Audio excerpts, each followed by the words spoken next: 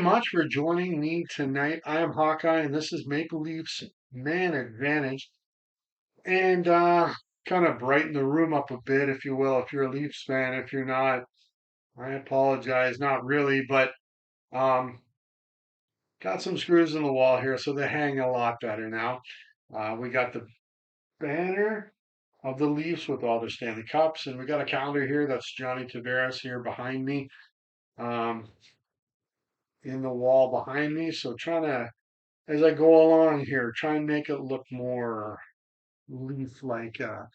Some people, well, I've seen some people with videos on here on YouTube that are crazy with the Toronto Maple Leafs get up everywhere and what they got going. It's just wild and crazy. But, anyways, got that going. I got Maple Leafs glass. I got at the game over a month ago. Actually, having a Molson right now as I talk about this. And I'm going to get into the 1971-72 NHL season.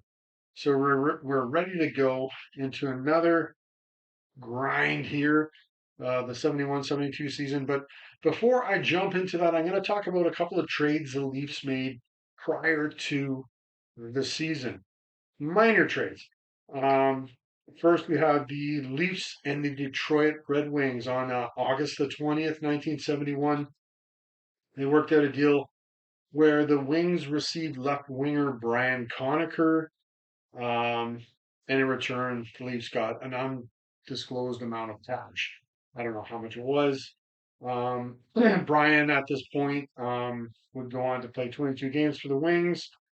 In this very season, scoring 3 goals and adding an assist for 4 points. Then he would jump over to the WHA and play for the Ottawa Nationals. But that's it for the NHL. Just 22 games. I'm fine with this trade. No problem. Let's do it.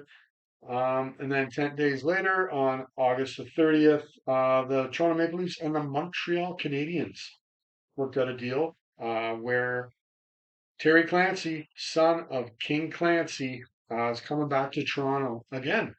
In return, the Canadiens would receive an undisclosed amount of cash as well. So I just wonder if it was just in one hand, out the other, if you will, just sort of that same amount of cash. Get rid of Conacher, get Clancy. Terry would go on to play 32 games for the Leafs the next season. He would get 1 assist. I don't think he was getting much playing time for sure. If he was only, not hardly getting any points at all. But I'm fine with this trade. No matter to me.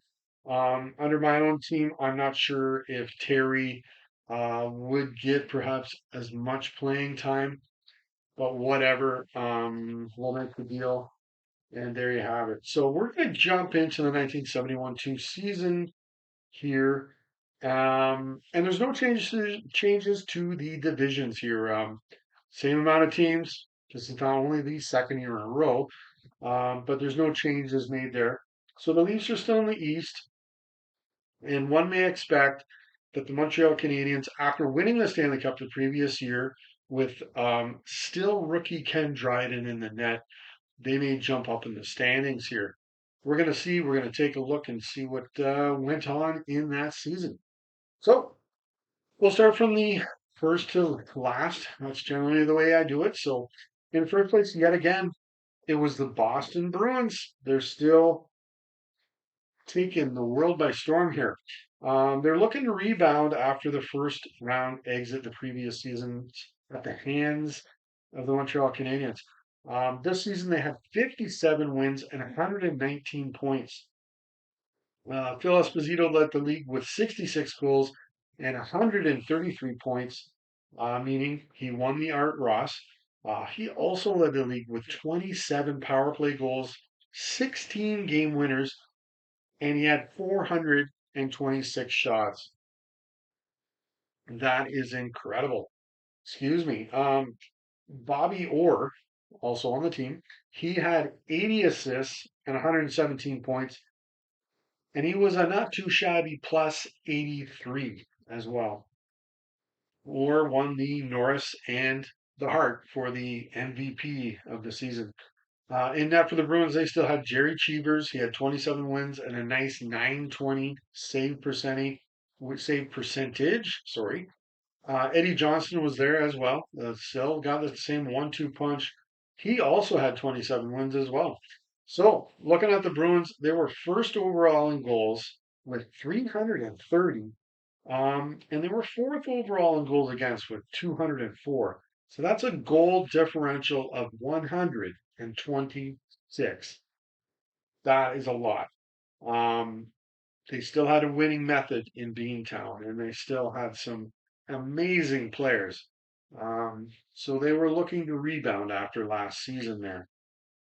So we're going to look into second place, and it was the New York Rangers once again. They had 48 wins, quite good, and 109 points. Vic Hadfield led with the way with the Rangers. He had 50 goals and 106 points. Jean Rattel had 46 goals and 109 points. Rod Gilbert, he had 43 goals. So they had, there's at least three guys there with at least 40 goals. That's really good. Rattel won the Lady Byng and the Lester B. Pearson as selected by the NHLPA as the best player voted on by those in the NHLPA. Now that trophy has been renamed. It's now the Ted Lindsay. It was the Lester B. Pearson back in the day. I think they changed that. Ooh, I'm gonna take a guess here. 25 years ago, something like that. I don't know. They changed it to the Ted Lindsay. I could be way off, and it's like I was only 10 years ago, man. But it seems like it was quite a while ago they renamed that. Now in net for the Rangers, they still had Eddie Jacquemin, who had 24 wins, and Gilles Villemure, who also had 24 wins as well. And he had a nice 912 save percentage and a 2.09 goals against average. That's tops right there. They were second in the league with goals. They had 317. So not a whole lot less than the Bruins, only 13 less goals. And they were third in the league in goals against with 192 scored against them. That's a goal differential of 125. Wait a minute. Wait a minute. What did the Bruins have? They had a goal differential of 126. So only one goal worse. Excellent job here by the Rangers. Um, so they're looking to certainly see if they can improve on last year's outing in the playoffs and see if they could maybe progress into the Stanley Cup final. See what they can do. In third place, last year was Montreal. Who is it this year? Same guys, the Montreal Canadiens again. But it looks like they were improving. They had 46 wins and 108 points. That's only one less than the Rangers. Ivan Konray led the squad with 47 goals. Frank Mahovlich, ex-Leaf, he had 43 goals and 96 points. In net, Kenny Dryden, no surprise here. He pulled out the Calder Trophy, top rookie in the league, which is incredible because he won the Stanley Cup and won the Conn Smythe the previous season in the playoffs. But he led the league with 39 wins. He also had a great 930 save percentage. That's quite good. And a 2.24 goals against average, and he also had 8 shutouts. So he was playing very well in Montreal. They were third in the league with goals. They had 307, and they were fifth in the league in goals against with 205. They still had quite a good goal differential, it was 102. Um, so the top three teams all had a goal differential of over 100. Pretty amazing. And that's pretty amazing for a third place team that you can have a goal differential that high, in my opinion, and I'm pretty sure that is the truth. So there's actually no changes in the East because in this season as well, the Leafs held on to the number 4 spot to make the playoffs once again. They had 33 wins and 80 points. I'm going to take a more in-depth look at them once I get through all of the teams here. Their goal differential, one. That's it, just one. They had 209 goals for and 208 goals against. So they weren't their offense wasn't clicking like these top three teams. Their defense wasn't too shabby, but yeah, it's the offense. Yeah, it just wasn't firing like those top three teams. Anyways, um, it was, or it must have been a tight run to the end as the Detroit Red Wings had improved this season and just missed the playoffs as they also had 33 wins, but they had 76 points, so 4 points less than Toronto. It came down to Toronto having four more ties than Detroit. That's what it came down to. Mickey Redmond, yeah, let's try that again. Can't speak tonight. Mickey Redmond led the way. He had 42 goals, and rookie Marcel Dion. He was showing he was worth the high draft pick here. As he had 28 goals, and he led the club with 77 points. In that, the Wings actually had three different options. They had Al Smith, he had 18 wins. Joe Daly, he had 11 wins. And they also had Andy Brown, he had 4 wins. Um, Now, the thing is, um, and this will kind of lead you towards, okay, that's maybe why they didn't make the playoffs. And I don't hang this on the goaltenders. This is a team uh, stat sort of because you don't know um, exactly how each play unfolded, or where each shot came from, or you know, did the goalie actually have much of a chance in making the save? Um, each of these goalies had a save percentage below 895. That's not good enough. Um, they really did need to improve their defense. They were scoring goals as they were fourth overall in the league with 261 goals scored, but they were 10th in the league in giving up goals. They gave up 262. So a goal differential of -1. But in comparison to the Leafs, they let in 54 more goals than Toronto. So that's a big difference. That's more than half a goal a game you're giving up, and you're trying to catch this team. That can be problematic. You're almost making it up in goals for, but um, yeah, they needed to improve their defense for sure. Um, but if they can do that, hey, we'll see what happens next season if they can work on improving that part of their game. One moment. I'm getting thirsty here.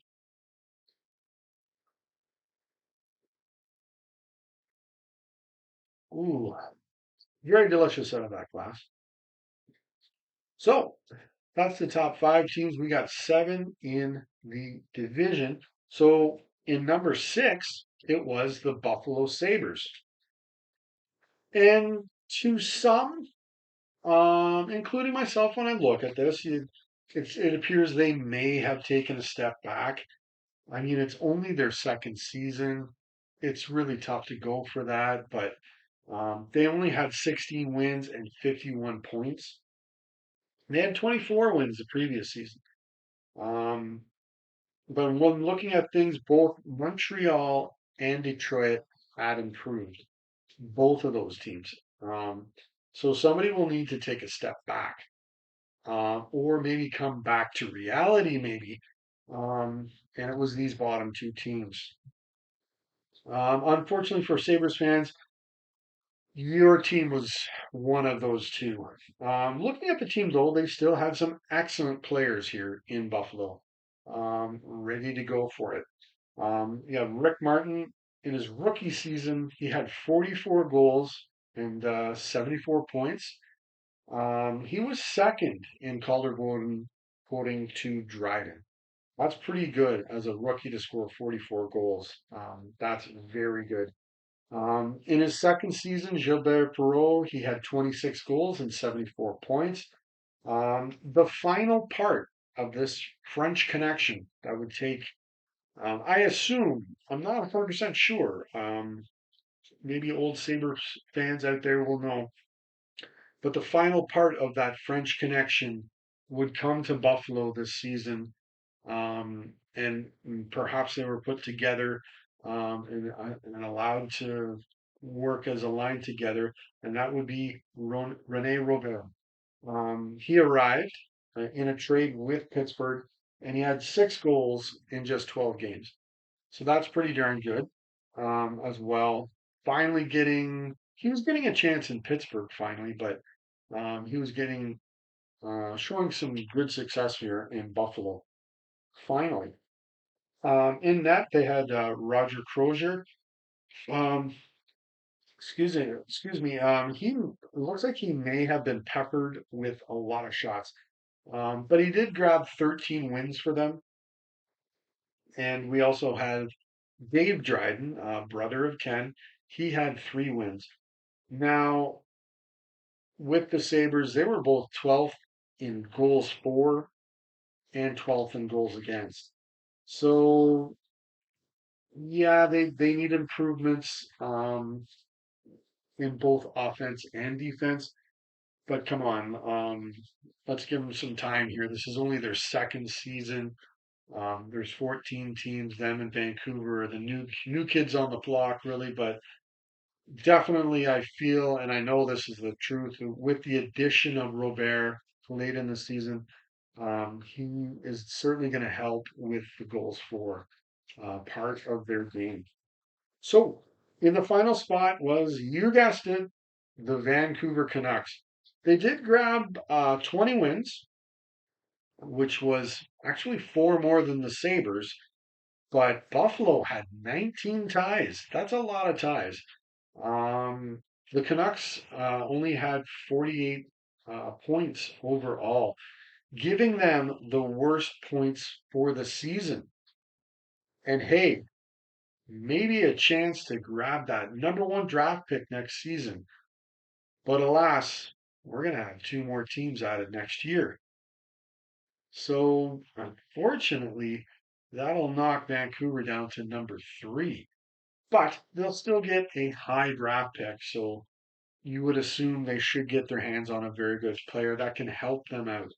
Um, so looking at the club, they got Andre Boudreau led the squad with 27 goals, and Captain Orland Kurtenbach, he had 24. Both of them as well had 61 points. In Vancouver, in net, they had 3 options as they had Dunk Wilson. He had 16 wins. George Gardner had 3 wins, and Ed Dick, he picked up a win as well. Now for them, each of them had a save percentage below 888. That's not very good. Even in the 80s, when save percentages were generally not at 900, if you had like below 888, there's a good chance. I'm not saying you weren't in the playoffs, but you weren't going to probably get very far if you had your goaltenders had a save percentage down in there, um, unless you had a real great offense, which Vancouver did not. Um, but unfortunately, their defense needed some improvement still in Vancouver.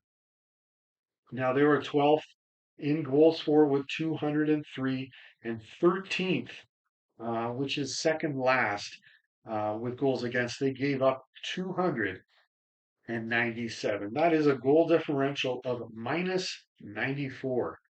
Um, so yeah, they need to improve everywhere, much like Buffalo.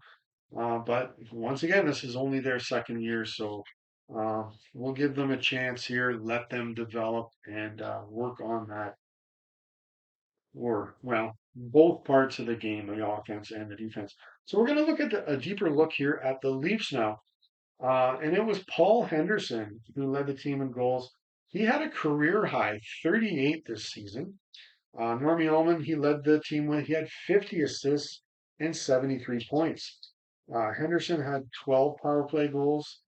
Dave Keon, he usually led in the statistic. He had two shorties.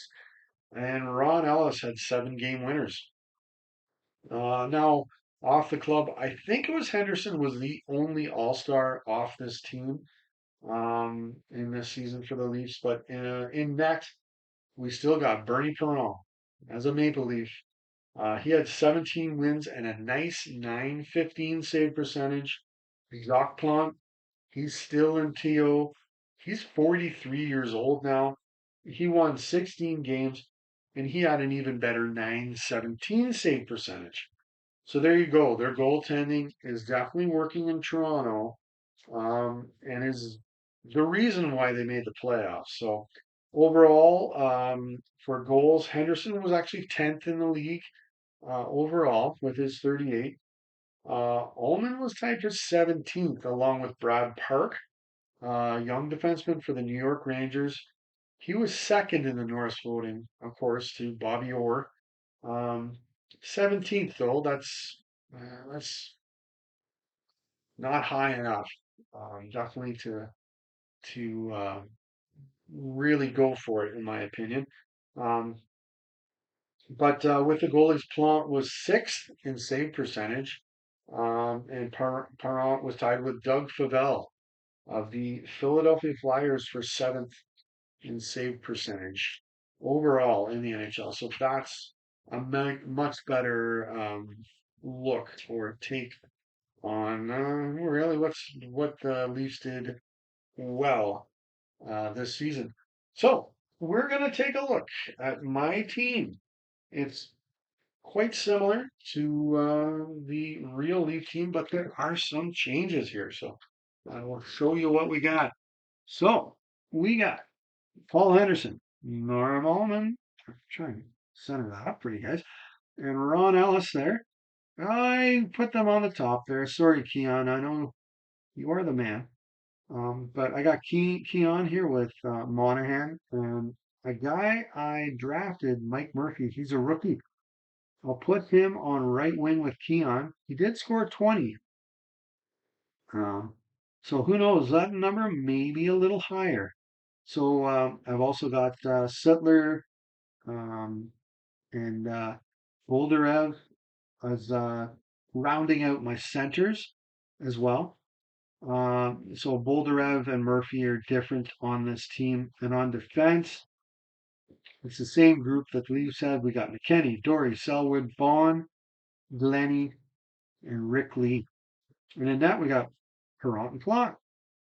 So with the extras, we got down here, we got Mike Pellick, Spencer, Rick Kehoe, and another guy I drafted, Williams here. If needed, fire him on the wing there as well. But we have also got Tracy Pratt. He was not a Leaf. So I do have a lot of centers going on. Um, too many. I had so many. I already traded some in the for draft picks earlier, and I've got another one here too. So, and I just drafted them, and we'll never know, but I'm gonna go with it. So I'm gonna work on a trade here with the Buffalo Sabres. Call our old friend Fun Lock on the phone, and we'll give you. We just drafted him. We'll give you Rich Lemieux. You give us Tracy Pratt, a defenseman, and how about a 6th round draft pick next year as well? And we'll give you Rich Lemieux. He's a young guy ready for the NHL fairly soon, and he could put up some time in there for you. So that's who we got. So excellent. So that is a 71-72 season. So if you like the video, don't be afraid to hit the thumbs up down there. You can also subscribe. I've got other videos on here going through time. generally about the Leafs and why they haven't won a Stanley Cup since 1967, and taking a closer look into things that they've done. And if you want to comment on anything, go ahead and do so. Love to talk hockey. But until next time, go Leafs, go!